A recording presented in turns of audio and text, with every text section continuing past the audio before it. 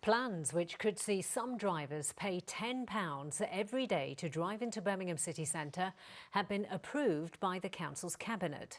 The charge would be part of a new clean air zone.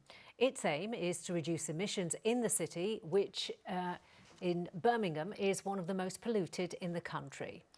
Well, the charge would apply within the city's ring road, that is everywhere inside the A4540, but does not include the road itself. Although people who live inside it would be exempt, those travelling to work from outside of the zone might have to pay. Well, our correspondent Gareth Owen is alongside the outer ring road in Birmingham for us. Gareth, what does today's decision mean? Well, Bob, drivers don't have to start raiding the piggy bank just yet. What happened today is that the ruling cabinet just agreed to continue with their plans. What they've now got to do is show their ideas to the government. And depending on who you listen to, it's either a brilliant idea, a bold move which will save lives, or it's a needless attack on small businesses and poorer families. Let's just remind ourselves how we got here and why we're talking about this. Birmingham's congestion problem is, of course, very well known. All of that stop-start traffic that creates emissions, dangerous emissions, which it's been claimed cause hundreds of premature deaths in Birmingham every year. So the government has asked the council to do something about it, and this is their plan. We're on the edge now of this clean air zone, as you say. If you want to continue driving along the outer ring road, you should be fine. You wouldn't have to pay anything. But anyone driving in that direction towards New Street Station, the city centre, they may be liable for that charge.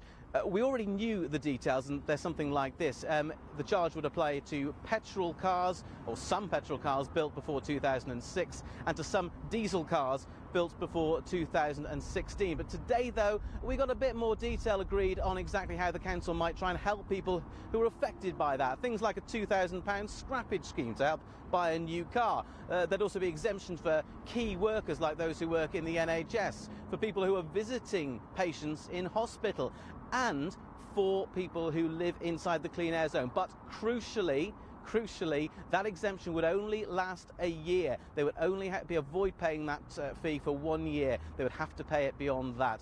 So the council has agreed it. So where do we stand now? Earlier I spoke to the councillor who is responsible for transport in Birmingham. I want each and every person to understand why we're doing this. We're not putting up this charge on our businesses, on our citizens, just because we want to do that. We're putting that on because the Conservative government has provided a ministerial directive to do so, and because we have huge challenges around air pollution. Air pollution in Birmingham leads to a premature death of up to 900 people in our city per year. That's 900 deaths too many, and we need to do everything possible to tackle them. Gareth, some are calling this a tax on the poorest. Yeah, you're right, Sam. It can be seen like that, I suppose. I mean, by definition, if you think about it, those who are better off probably have newer cars which aren't affected by this, or if they don't, they might well be able to either afford the charge or afford a new car. And there is concern about those in some very poorer areas of Birmingham that fall inside this clean air zone. They've got a 1-year exemption, but after that, if they've got an older car, they will have to pay. And these sorts of taxes do tend to fall, and charges do tend to fall hardest on the worst off. But it's not just residents that are affected by this, and some businesses could well be affected. A business example, for example, like the haulage firm, a courier firm called Genrev, which is based out in Hales Owen. Now, they make thousands of journeys into Birmingham every year. They're outside the zone, but they deliver here. And I'm joined now by the boss of Genrev, who's Aubrey Foco. Aubrey, you've seen the council's proposals. Now, is your mind been put at rest? Yeah, I've seen the council proposals, and the exemptions to me are very narrow in scope, and then too narrow. I don't think the exemptions will make any difference to our operation, or neither would it save us any operational cost at all. So you're kind of concerned for the future of your business? Yes, I am concerned for the future of the business, especially with the exemptions just for only 1 year. After that, we would have to incur those costs. OK, well, Aubrey, we're going to have to leave it there. Thank you very much for joining us. So the next move, as we say, for the council is to put their plans to the government. OK, Gareth, thank you very much.